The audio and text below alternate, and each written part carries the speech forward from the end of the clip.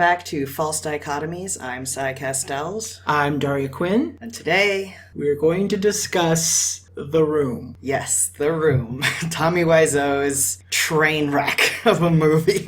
Yes, we are ticking the box on the requirements of a pop culture discussion analysis program. Specifically one that focuses on stuff that people don't necessarily look to when they're as their first choice when they're looking for deeply meaningful stuff. We are basically fulfilling our contractual obligation to discuss The Room as part of the internet commentary community. Yes, it's a rite of passage, much like breaking the news that The Matrix is a trans allegory is a rite of passage. We're going to get to that eventually. Yes. All three of them, hopefully. Yeah, hopefully. I mean, although, I should tell you, I have not seen any of the sequels to The Matrix yet. Okay, prepare to be disappointed. I am thoroughly prepared for disappointment to the point that if it doesn't disappoint me, I will be disappointed. Well, I mean, there are highlights. Yeah, that's one thing about disappointing media is that it really motivates us to really search hard for that one little bit that could hopefully redeem it. Yeah, and I think that the more something disappoints us, that is, the more emotionally invested we are in a thing, and the more it just fails to live up to what we really had hoped it would be, the more motivated we are to try to find meaning in it. And that's, I think, part of what fascinates us about movies that are so bad they're good, because it's like when we can see what's wrong with it so obviously, we just can't help but think of all the ways that this went wrong and how could it have possibly been done better. Yeah. And with that, let's dig into this.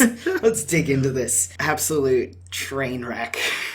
So The Room is the love child of Tommy Wiseau and his ego. Yes. He is the director, producer, executive producer, yes, writer, and star of The Room. And how does one man have so much talent? Well, the answer is he doesn't.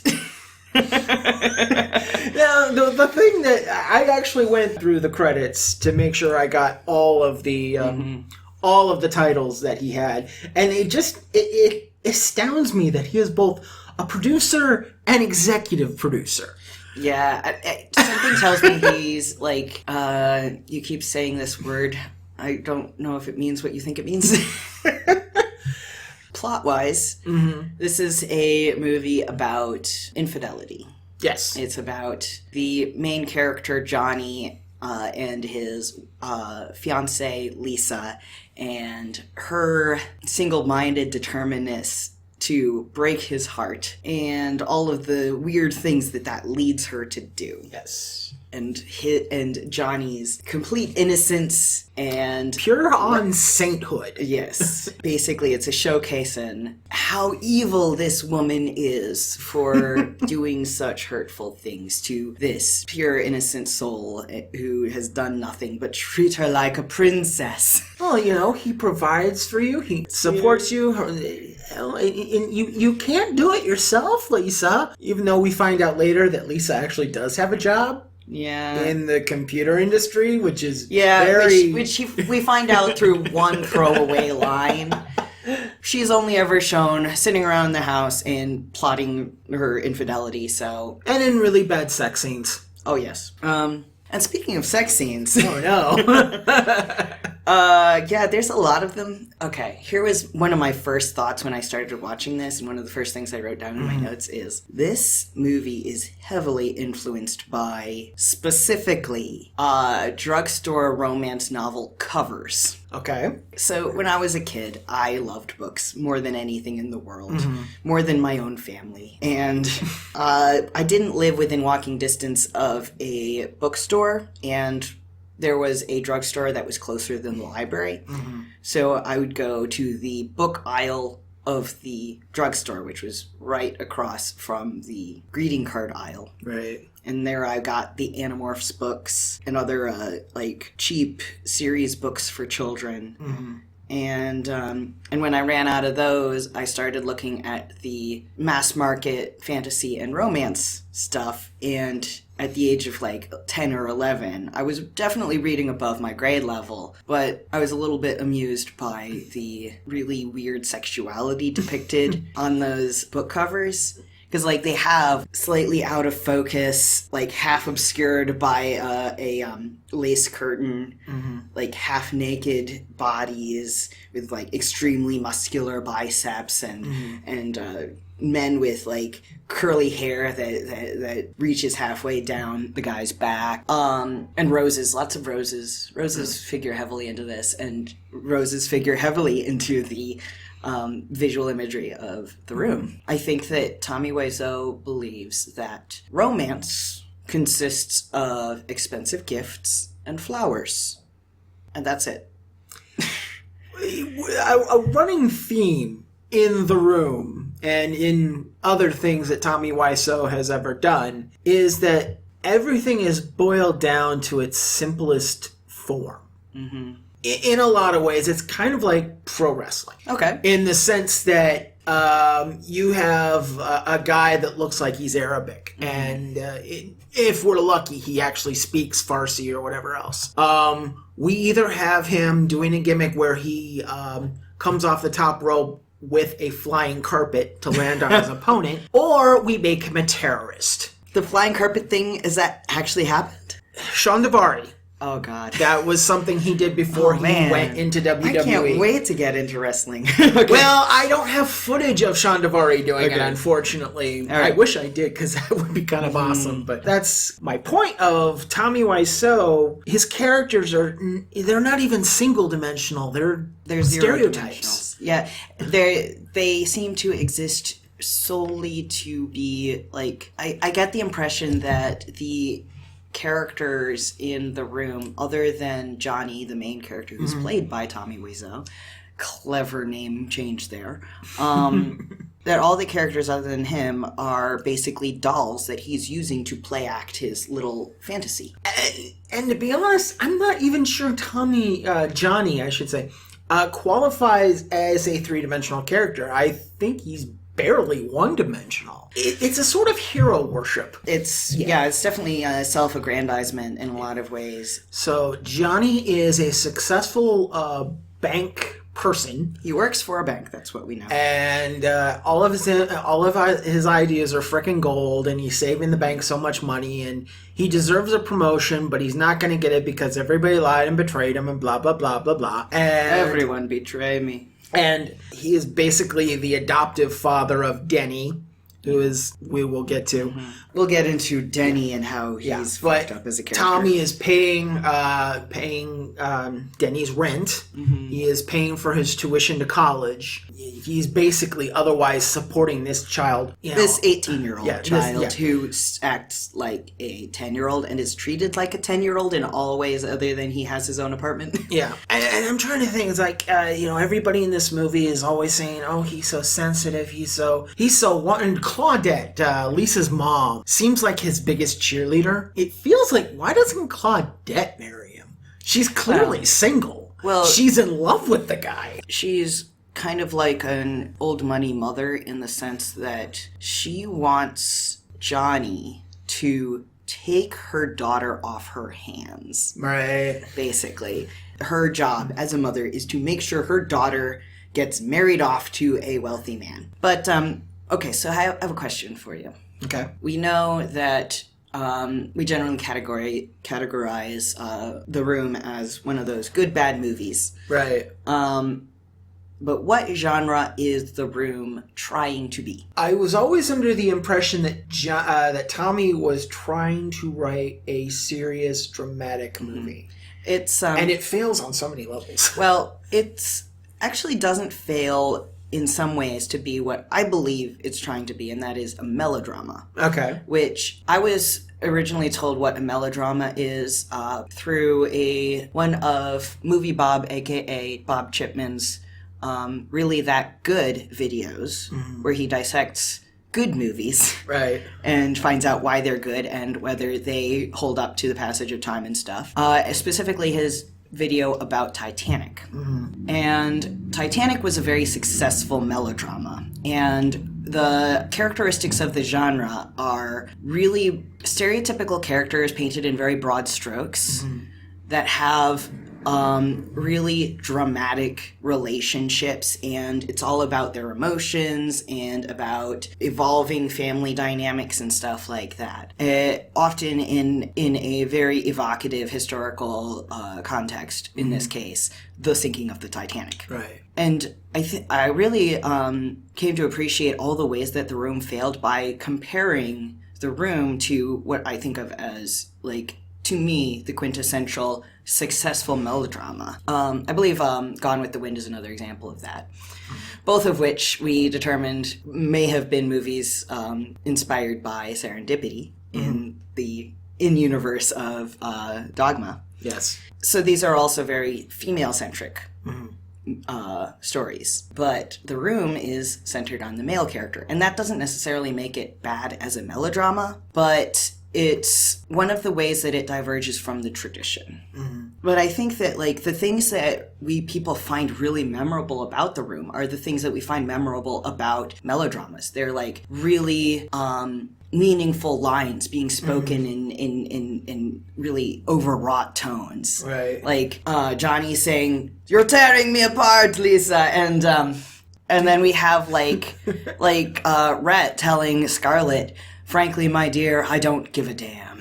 Right. And it's like Kate Winslet as Rose saying, "I want you to draw me like one of your French girls." These are like very memorable lines, and they're very stereotypical lines. Yeah. That's not a bad thing in that genre. It's just, if it's not handled correctly, it just seems fake and overwrought. You're tearing me apart, Lisa! And I think it's because, like, it's badly written. Yes. And it's badly acted. Yeah. And I need to point out, I feel like most of the actors in this movie are good actors. They're just forced to act out these totally artificial scenarios and dialogue that no human being would ever naturally do. Yeah. And sometimes I really hurt for them because I'm like, I think, oh my God, these actors must have been so desperate for what little cash they were being paid. Yeah. So basically, The Room is kind of like if Titanic were set in a much more boring setting with the bad guy, Cal, the fiancé, as the good guy. And with everything revolving around his feelings. And also very poorly written. Right. Basically, not like the Titanic at all. No. And we should probably do an episode on the Titanic. I don't think I put it on the list that yet. would actually be a really good episode. Yeah. Before I get into my elaborate theory of how to analyze the content, the story in this movie, What story there is. do you have anything in particular you wanted to point out? I'm trying to figure out the timeline of this movie. Especially there's a blatant contradiction because at one point Claudette claims that Lisa has known Johnny for 5 years, and then at a later scene Johnny says that he's given Lisa 7 years of his life. So is it 5 or 7? Well, it's not even just that. It's okay. So Johnny doesn't get the promotion, so Lisa gets him drunk. And then the next day, she tells her mom, "Last night, Johnny got drunk and hit me." So then there's 2 days worth of stuff that happens. And then she's talking to Michelle and says, "Last night, Johnny got drunk and hit me." And I just feel like, is she just that terrible of a liar? Or... Well, it's like... I've compared this movie in some ways to another So Bad It's Good movie that was my first bad movie. And that was Plan 9 from Outer Space. And one of the things about Plan 9 from Outer Space is that you could see the strings that the spaceships are hanging on.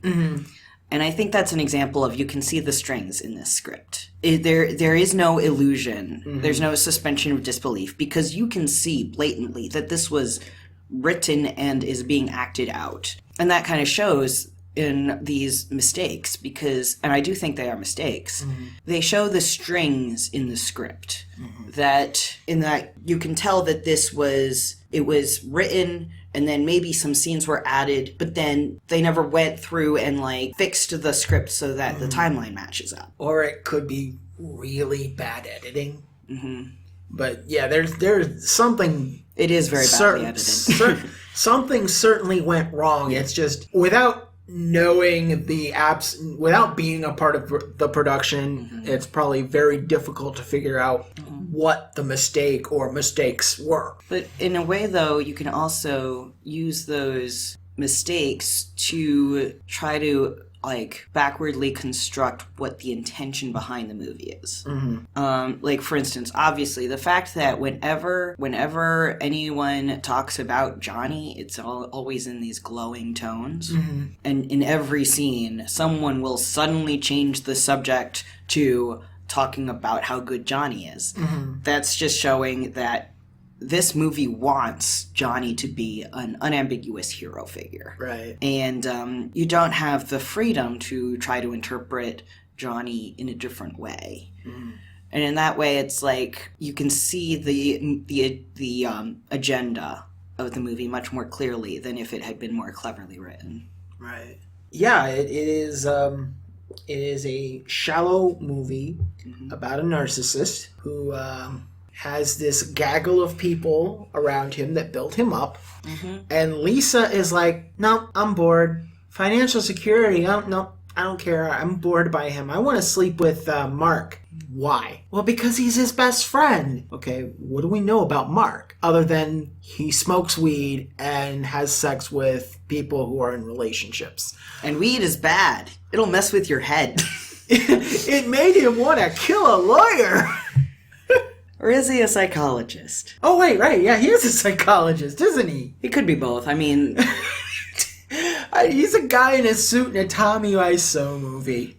And he's not Tommy Wiseau. I kind of find it funny, too, because, like, Tommy Wiseau, in real life, and when he does public appearances, he dresses like Johnny. Yeah, he's, yeah. It's basically the same outfit. He's a Mary Sue for sure. God, that hair, though. I have a thing for long hair. I don't know. It just... On him, it looks like he's not conditioned it in forever. Yeah. Which is not a good thing for long hair. I just want to, like, sit him down between my legs and give it a good hard brushing and, like, put it all in braids and then just, like, pat him on the on the back and tell him to go have a good time. Do you understand life? Do you? These things in my hair. Oh, hi, Mark. Oh, hi, Mark. Okay, I do a very bad Wiseau. If you'll allow me to get a little bit highfalutin. Yeah, we should get to the main event of this, which is the actual intelligent thought that we've put into this. And yes, well, I should say, Sai has put into this. Oh yeah, Daria was quite surprised when when she found out that I had actually done some research. Now, keep in mind, I was researching the gender theory espoused by men's rights activists. So, here's your disclaimer. All views expressed in this, quote, theory are not held by the podcast hosts or by the podcast itself. We are entertaining the idea that maybe the creator of this film had an actual theory in his mind of how gender works and how relationships work that can be read in the text of the movie. We are giving Tommy Wiseau the benefit of the doubt that he might actually have had an intelligent thought once in his life. Or at least a thought. It's like, he didn't just throw a bunch of words onto a script randomly. Right. There was something that he wanted to get across. I have a quote to begin with. Okay. And this quote comes from Ian Danskin, who is Innuendo Studios on YouTube. And the quote is, "All I mean by meaning is that there is an answer to the question, why does this exist? If someone made it, they had to have a reason.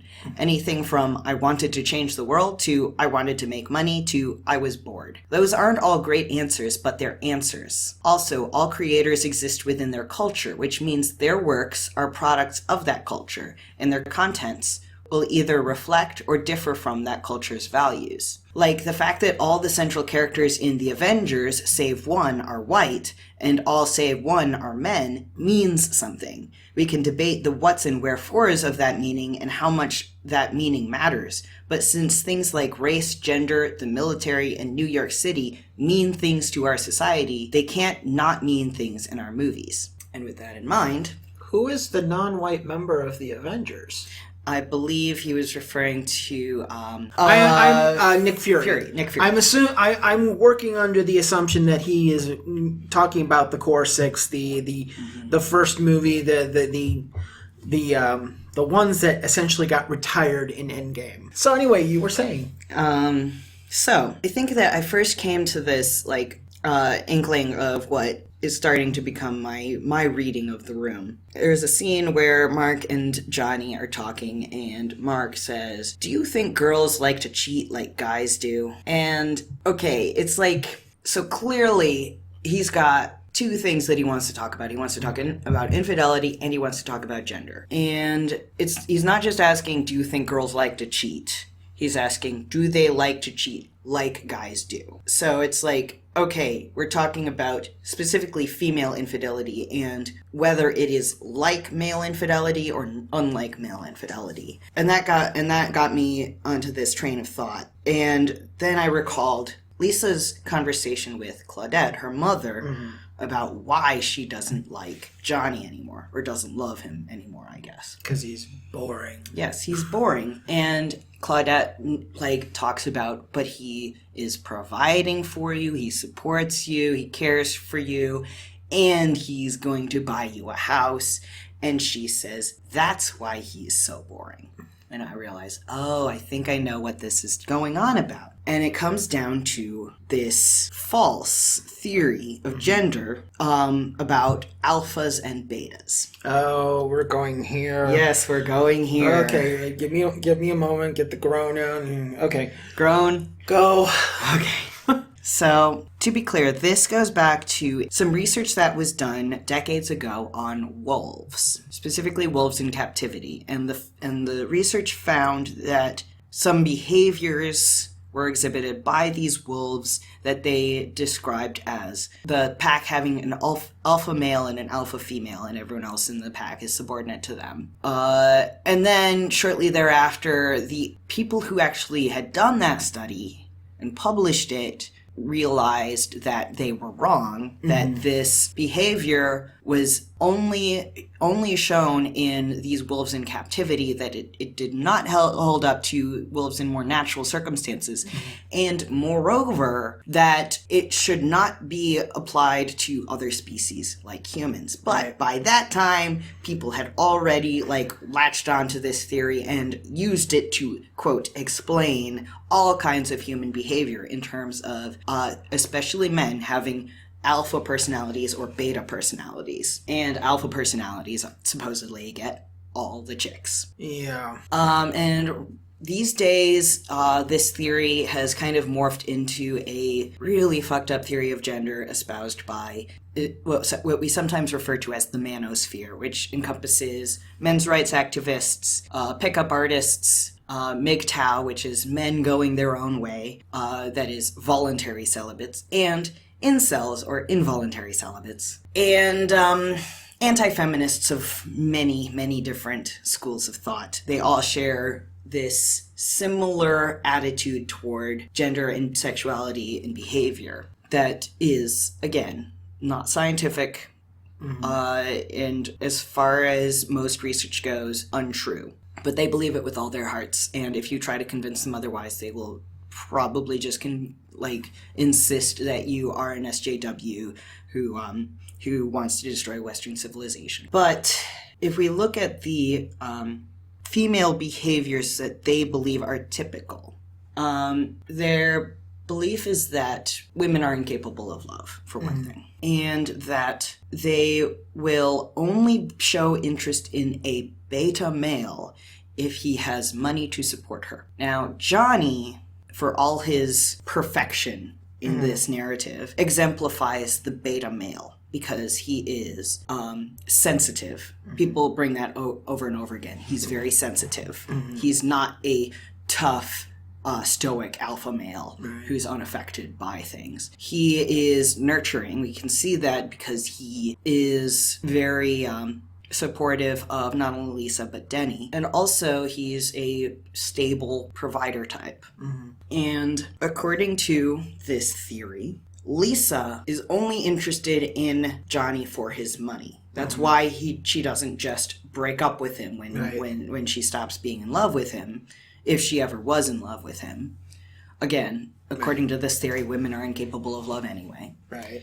But she is perfectly fine just sort of leeching off of him financially and benefiting from his financial support while having absolutely no interest in him sexually. Because he's a cuck. And quite literally in this respect. What she wants is someone who's more dominant, who's more assertive, who isn't such a wuss. And Mark could be that, but it's clear that she doesn't really see Mark as like this ideal type for her, because she says, like, if Mark can't give me what I want, I'll find someone who does. And she has this attitude that she's looking for something much better than all these handsome, wealthy men that surround her. She wants something interesting. Well, to support that sort of, she doesn't really respect Mark either, is every time that Lisa and Mark get together, Mark goes through the same guilt trip of, but he's but Johnny's my best friend, and what are we doing? Why are we doing, he seems dumbfounded at the fact that he's been in this affair willingly for some time. Like, every time they get together. Man can't say no. Well, then that would just make Mark an idiot. Yeah, he's an idiot. Well, he's written to have exactly two traits, and that is sleeping with Lisa and being Johnny's best friend. And the reason that he keeps saying, but Johnny's my best friend, is because that's one of his two traits. Yeah. And the reason he keeps sleeping with Lisa is because that's one of his two traits.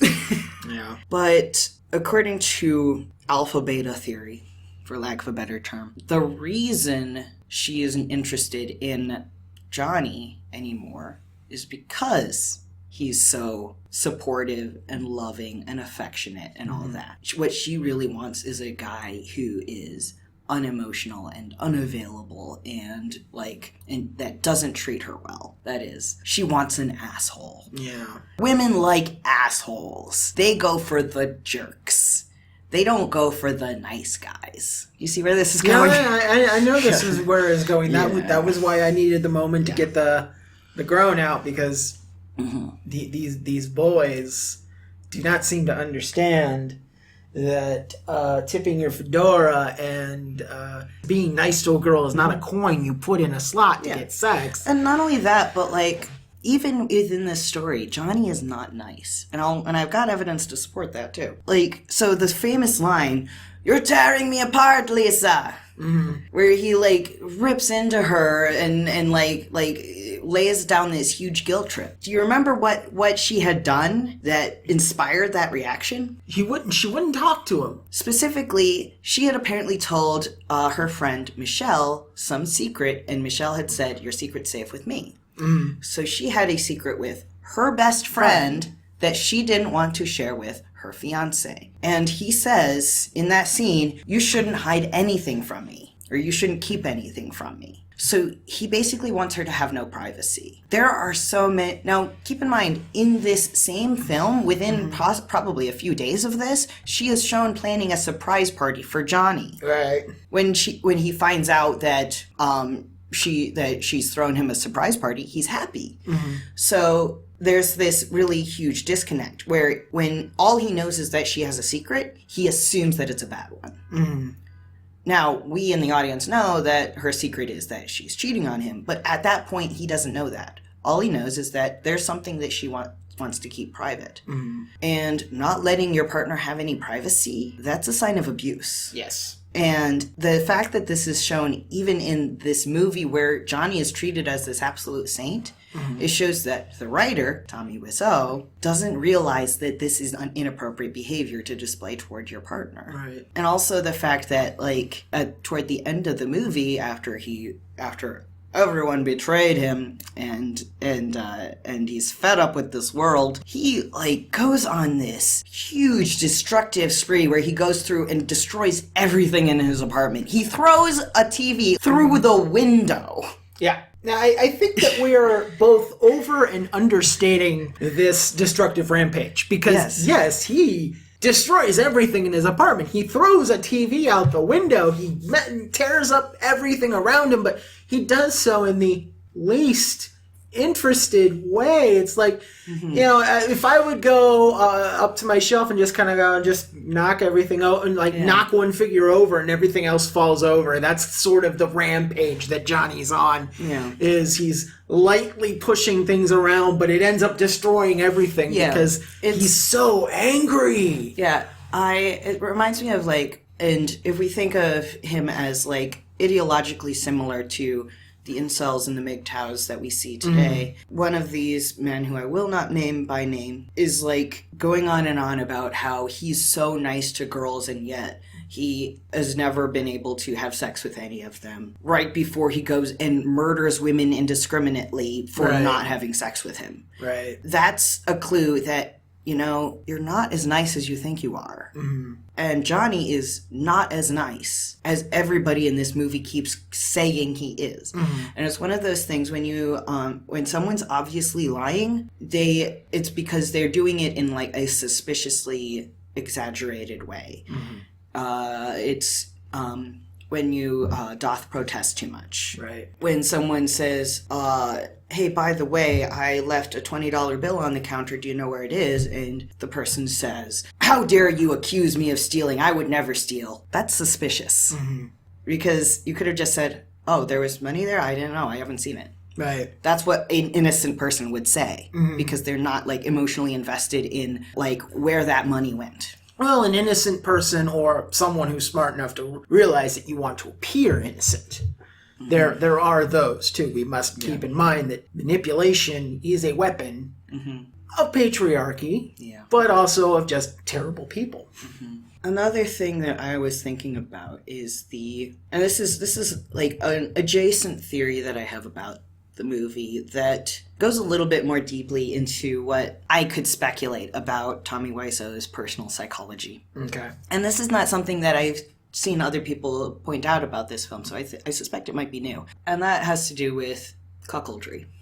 Cuckoldry is, strictly speaking, it's just being cheated on. Lately, the word cuckoldry is also being used as synonymous with the fetish of being, sexually turned on by being cheated on. And I think about halfway through watching this for the first time, I got the impression that I might be accidentally stumbling on cuckoldry porn. Okay. Because, and I admit part of that has to do with the way that the sex scenes are shot. Even the scenes where where Lisa is having sex with Mark, and it's supposed to be this, really underhanded thing.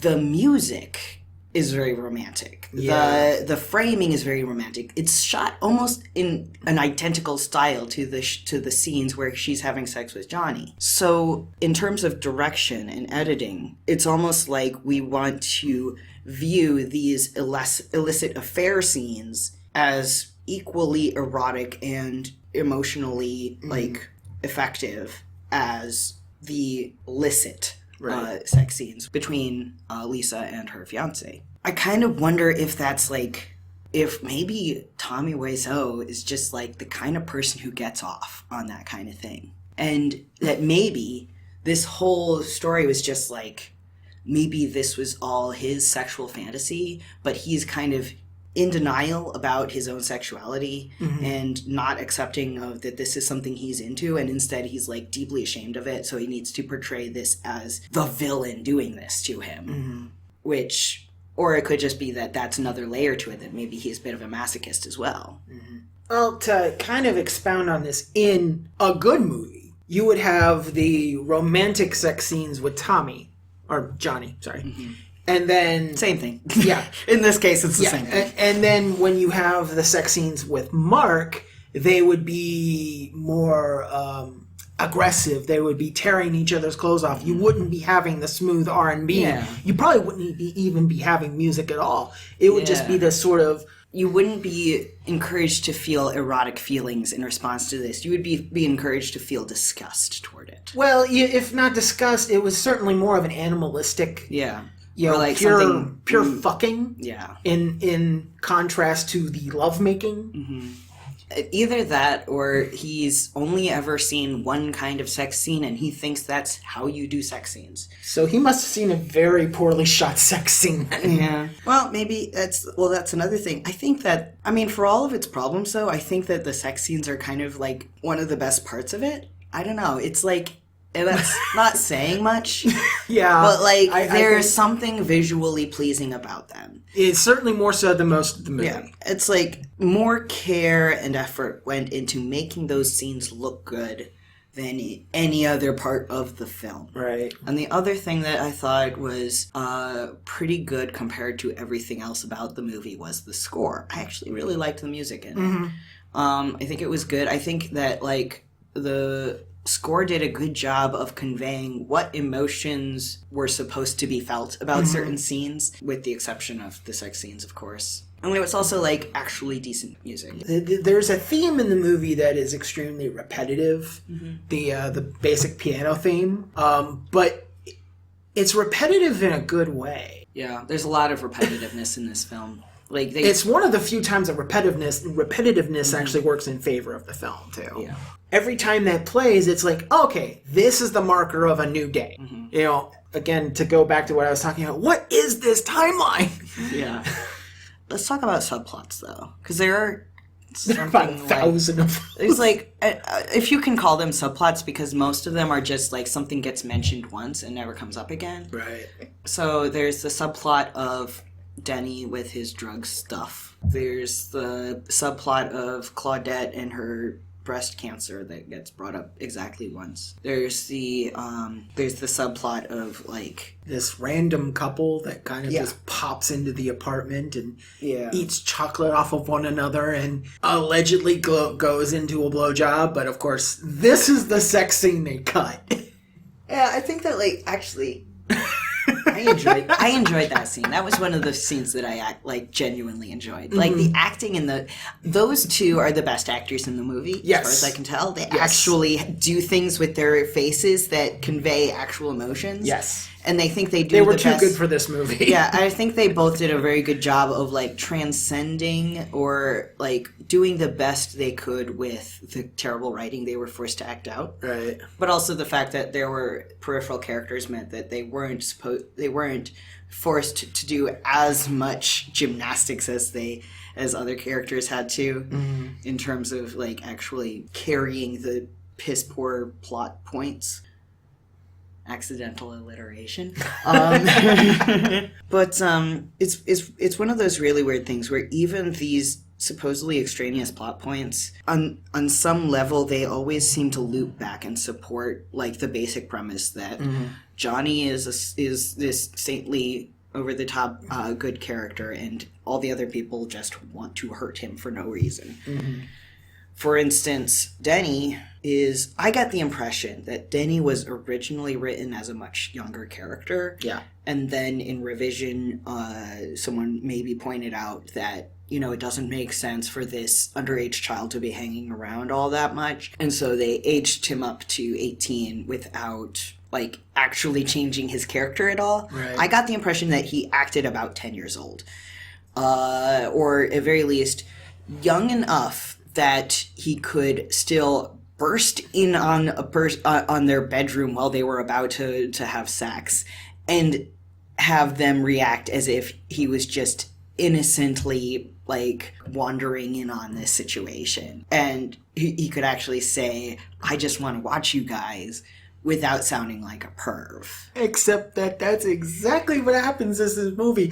Denny, the creepy little creep, and it just There's so many things he does that's horribly inappropriate. Even, I mean, you have to be like a 10-year-old to be able to get away with this. Exactly, and that's why I think that he was originally written as much younger, or else Tommy Wiseau just doesn't know anything about child development and actually thinks that an 18-year-old could conceivably act that way innocently. And either way, it's like, clearly, no matter how old he technically is, Denny is meant to be very young and innocent and be beginning to have, like, sexual feelings, but, like, they're kind of indistinct and poorly directed. So he confesses that he might be in love with Lisa, but he apparently has some other girl named Elizabeth who he wants to marry. Provided he's not stalking her.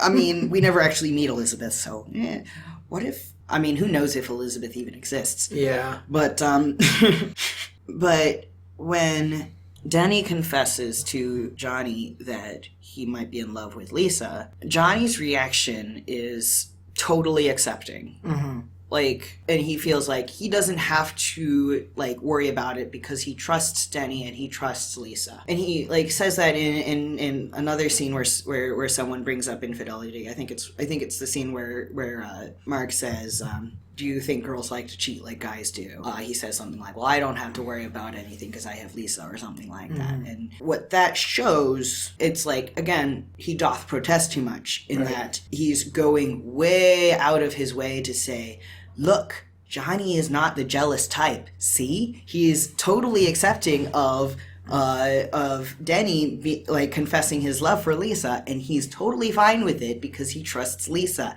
So it's not jealousy. He's not a jealous freak. He's not controlling. Like, shut up about Johnny being jealous, because that's not what this is about. Right. Meanwhile, he's acting jealous. This is around the time he started recording phone calls. Yeah. Which is another thing that happens. And, like, when he's talking with Peter, who's a psychologist, or possibly a lawyer, or possibly both. I was probably wrong in calling him a lawyer. That happens sometimes. But it's like, Peter exists to be an expert in some way. Johnny confesses to Peter that he has a problem with Lisa, and that he knows that Lisa is being unfaithful to him. And Peter suggests that he should confront her, and he says no, because I want to give her another chance, showing that he thinks there's no middle ground between acting like nothing has gone wrong and breaking up with her, or, otherwise, like, not giving her a chance. So, but that just shows that he's not willing to do any work to actually repair the relationship. Right. Just to, like, be the victim, basically. Oh, if he had confronted her, he could say, Lisa, I know what you're doing, and it's hurting me. Can we please work this out? Right. That would be the healthy thing to do. Yeah. Talking to your partner about what's bothering you, about their behavior, that's basic relationship stuff. Yeah. And as someone who has been in relationships with partners who refuse to talk about what was bothering them, that's a sign that he's, like, a toxic partner. Right. So even the things that he thinks are super romantic, like not confronting his partner, those are not romantic. Those are unhealthy behaviors. Right. And Peter, like, only knowing that Lisa is unfaithful to Johnny, and then later finding out that the person she's cheating with is Mark, he immediately goes from being like, this is Lisa we're talking about, right? Are you sure we're talking about the same person? To, she's a sociopath. She's incapable of love. Yeah.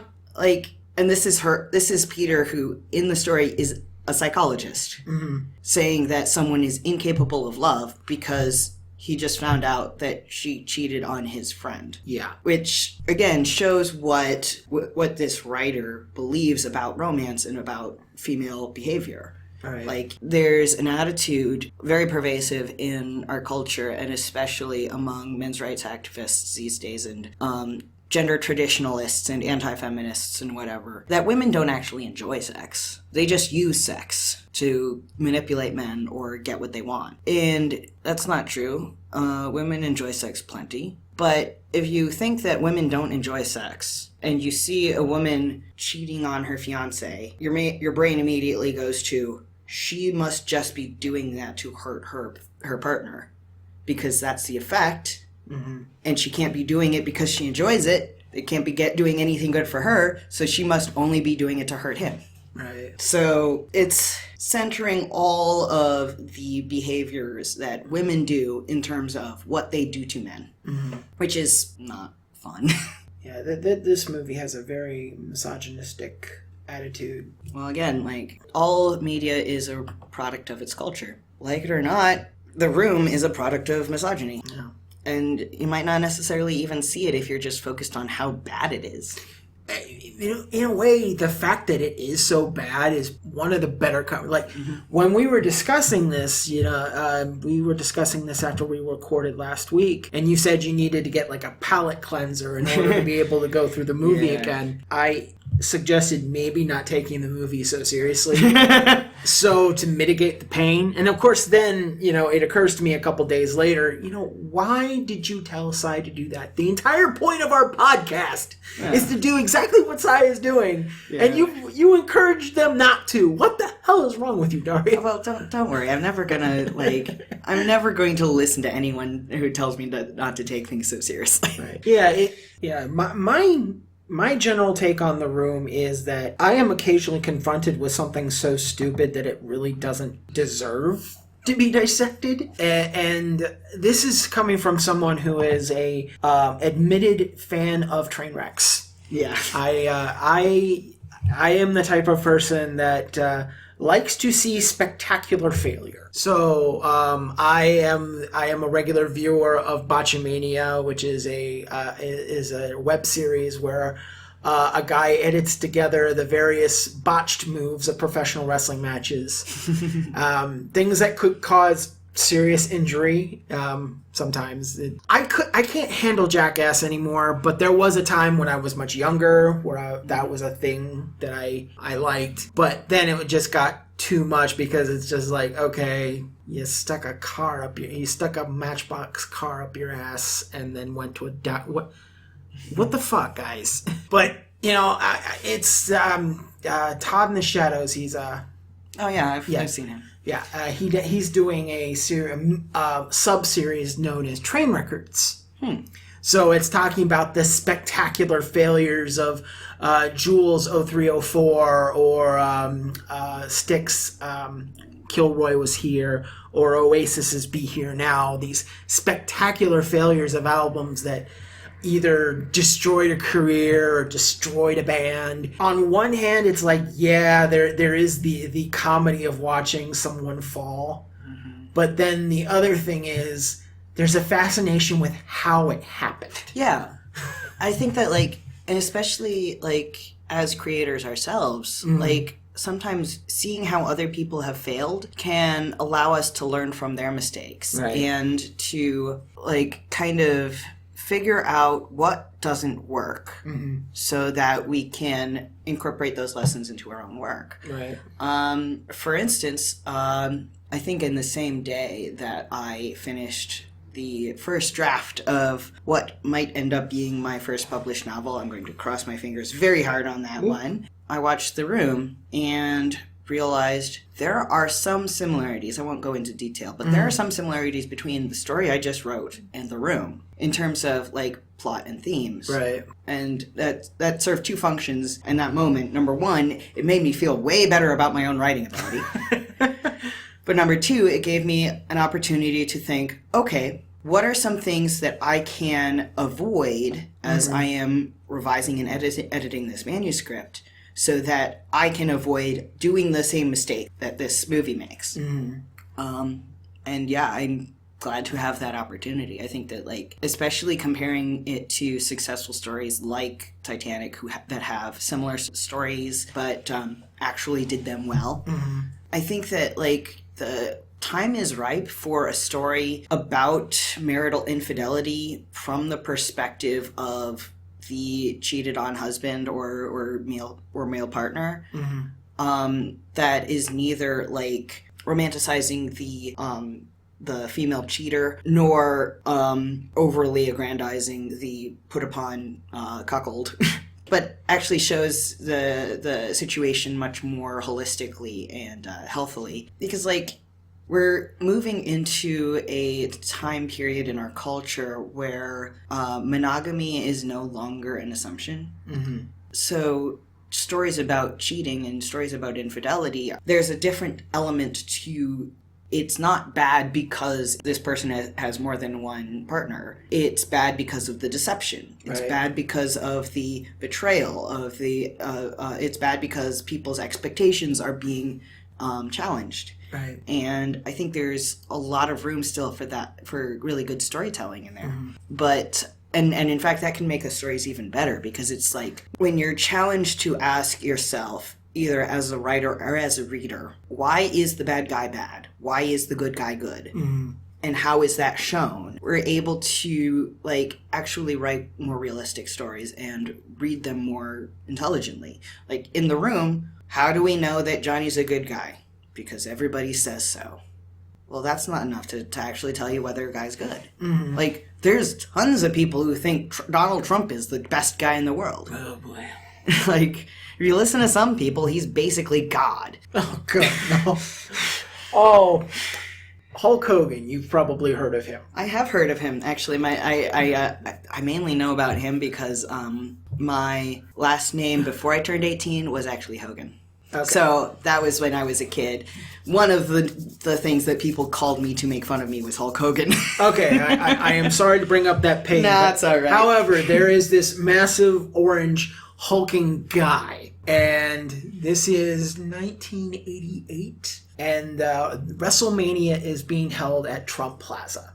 Oh. So Hulk Hogan is talking about slamming Andre the Giant so hard to the mat that it's going to break the fault line of Atlantic City, and it's going to sink into the ocean. And thank God Donald Trump is a Hulkamaniac, because he's going to know to let go of his material possessions, hold that family under his arm, and dog paddle to safety. But that's okay, Donald. If you run out of gas, just leap on the largest back of the world, and I'll dog paddle us to safety.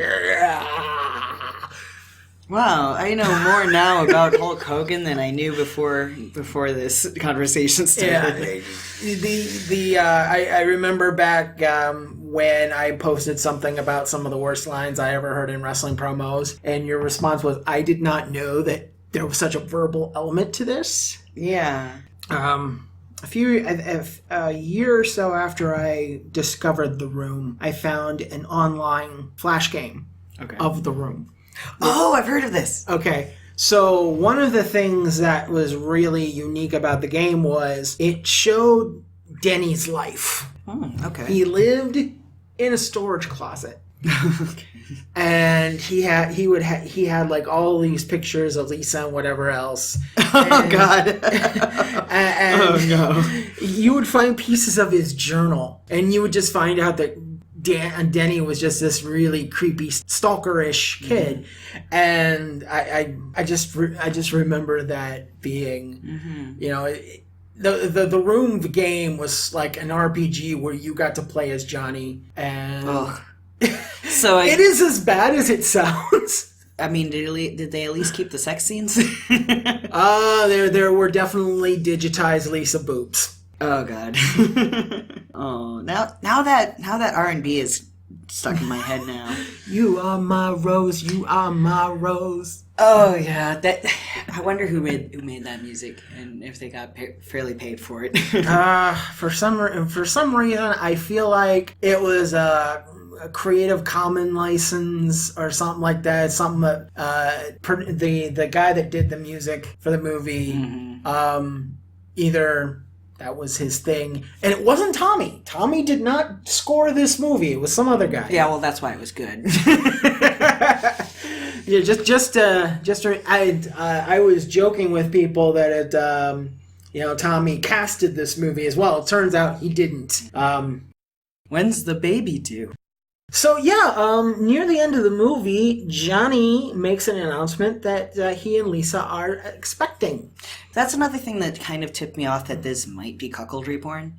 Because, like, one of the key elements of cuckoldry is, like, having your wife be pregnant with another man's child. Yeah. Like, being, quote, tricked into raising that child. Right. And that's why I'm like, and that's another thing where I suddenly felt like I was seeing the strings on this script. Because if Tommy wanted there to be a pregnancy subplot, because that was part of what was going to get him off, or part of that fantasy he wanted to portray. And he wanted to have that uncertainty about the parentage of that child. He would have to be told that there was a pregnancy. But if there actually was a pregnancy, then that would introduce like this whole like moral element of like, could he in good conscience like off himself, knowing that there was a child out there that might be his, who he would be like morally obligated to be there for in some respect. Yeah. So it's like, okay, he has to be told that there's a pregnancy, but it also has to be made up. But in universe, there's no justification for that. So Lisa has this really nonsensical line.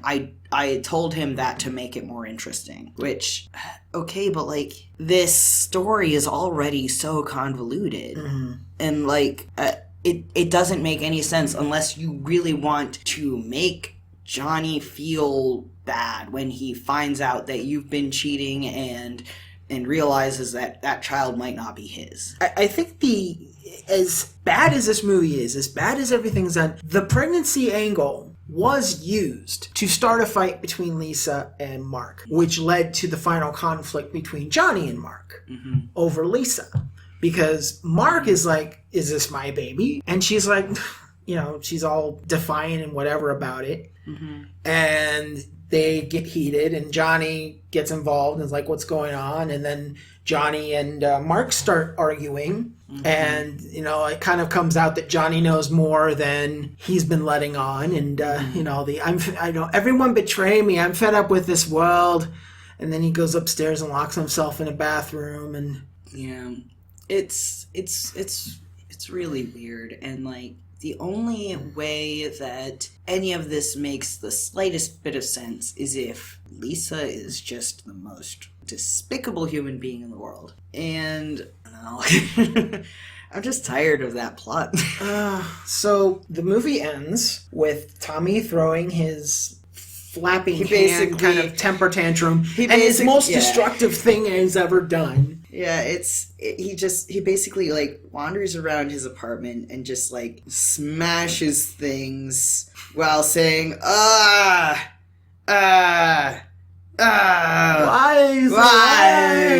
And then he would sit down and there would be a flashback of Lisa being cute or funny or something like that. He's humping the red dress that he bought her in the first scene of the movie. And then he rips it apart dramatically, and then he like picks up the gun, which I think is like the gun that he took away from the thug who it's supposed to be, but it's the wrong model. Yeah. Which is another which thing. I only found out from doing a wiki search. Which is another thing. Like when that... And that's another thing that just stuck in my head was the fact that, like, when on the roof, when Denny is being threatened by this thug, and then Chris R. Chris R. to Tommy or Johnny and Mark burst in and like wrestle him down and disarm him, and then they say, "Let's take him to the police," and they leave for a couple of minutes and then come back, and it's like, what are you, Batman? I guess it's like you're just gonna like. Take this guy to the police? Are they waiting on the bottom of the stairs for him? I guess. But in that time, in all that time, Claudette is yelling at Denny, "What kind of drugs? What's with the drug money? What are you doing? How do somebody ought to be doing something?" And Denny's crying like he's going to jail. It doesn't matter. It's like which. I don't know. Who called the cops? Where were the sirens? There's usually sirens. They were outside. You're just sort of taking for granted that Johnny and Mark are going to be able to manhandle this really buff, armed guy who, they did disarm him, but who's to say he doesn't have another weapon on him somewhere? Like, and the cops would have confiscated the gun anyway. How the hell did they still have the gun? We'll just add also... Johnny is secretly Batman to the list of things that make him the absolute king of everything. That would have made for a more interesting movie. Yeah, what if he was Batman? Someone give us some fan art, please. I mean, he is very rich. He has a teenage ward. Oh God, Danny is wrong. Oh no. If you're gonna do the Wiseau as Batman, you gotta have Danny as Robin. Absolutely. In the little green panties too. Oh yes. Absolutely. Creepy boy. He loves to watch.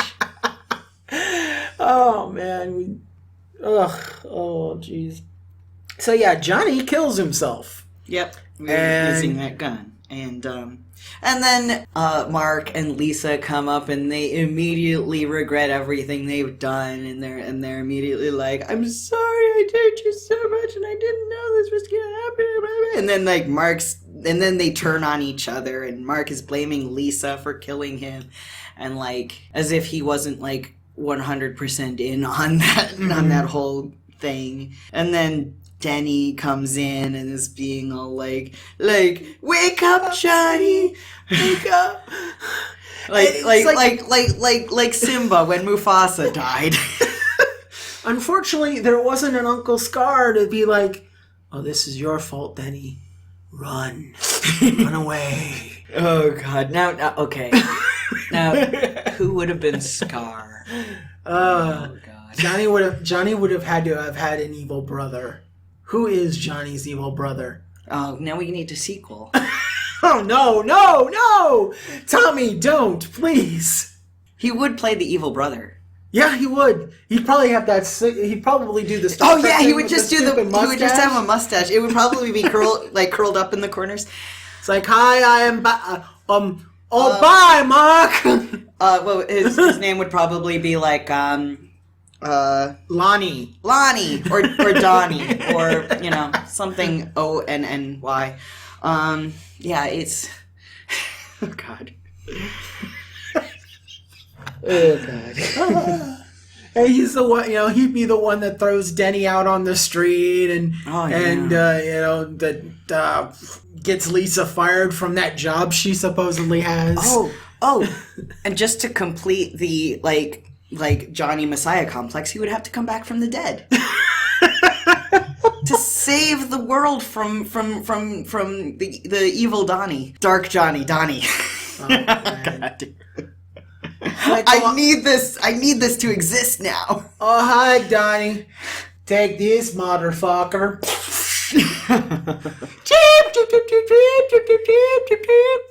Oh, God. Oh, God.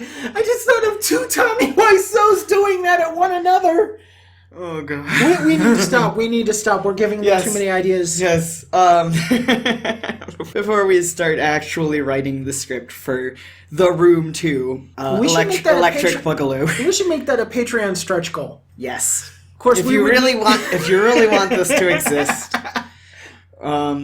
then submit to our yet to be created Patreon. Of course, we would need something like at least $1 million to even think about it. So, I mean, we have the our coffee donation platform. If you want to give a one-time donation, ko-fi.com/false dichotomies. Yep. Still working on getting a Patreon, but when we do, there might be some bonus material for Patreon donors, in the form of recordings of me playing Chrono Trigger for the first time and being very bad at it. But it's I'm in the middle of playing it right now, and I am quite hooked, and I'm looking forward to recording that episode in a couple weeks. So if you are listening to this on YouTube, first of all, hi, thank you. You can help us out by clicking that like button, subscribing, so you can be the first one to see new episodes uploaded onto YouTube. Click the bell notification so you can be the first to see when they're being posted. And, of course, leaving us a comment. Good comments. Good comments. Remember, Daria is the one that is moderating this, and she has a very, very low tolerance for creepy... Yeah, and we're also on Libsyn and on Facebook. Follow us wherever you would prefer to. Mm-hmm. And share us with your friends if you think they'd get a kick out of this. Again, this is False Dichotomies. I'm Cy Castells. I'm Daria Quinn. And thank you for spending your time with us.